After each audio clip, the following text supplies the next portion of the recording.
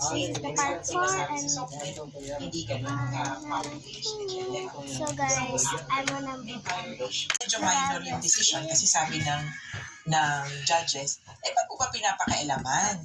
Yung lahat-lahat. Samantala, alam either may kulang o kaya may bias. Attorney Conti, maisingit ko lang ha. Ang iniisip ko kasi dito sa pagpili nga ng mga experts, ganyan, parang sa US, yung pagpili ng who will constitute the jury. Hindi ba nandun may prosecution at saka merong defense na parang siyang nagsasabi na, okay sa akin to, o sa inyo, okay ba? Pag hindi okay, o sige, pili pa tayo ng iba. Hindi ba ganun? It's amazing how something this small can make someone feel Pakyahan niyo ba? I'm gonna get my ring, okay?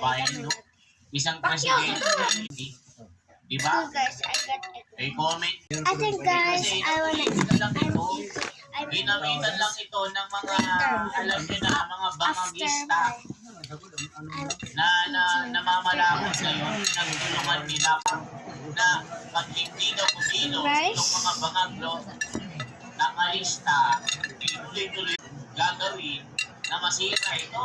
Lalong-lalo na baka maging presidente. So guys, I'm 30, so Jury selection kasi yung magugutin yung team ko. let's go.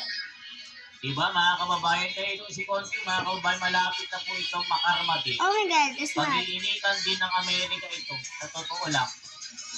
Kasi si Oh, Donald it's Trump, fresh. ayaw niya ng ano eh. Ayaw din niya ng addict eh. Yung mga ito, parang mga addict, mga kababayan eh. Addict sa I'm not pag-uugali. thirsty Ibinenta enough. nila yung kanilang sariling lahi. Mas gusto nilang magpasakop at So guys, I'm not magpaaso-aso sa ICC. Eh, yung ICC na ito, isa pong corrupt na gobyerno ito. Nang kaya lang nila, ay magmahihi ng bansa. E tignan yung Amerika, hindi naman sila makapalag. Hindi naman nila kayang isuhan ng warrant of arrest. Hindi naman kaya nilang kidnapin ang mga ito. Baka sila pang kidnapin ni Donald Trump dito. Kaya itong si Conti, naku po, malapit ng makarma ito, gaya ni Dilima Trillanes, mga kababayan. Sinusumpa ito ng mga Pilipino, itong si Conti na ito, si Dilima Trillanes na ito.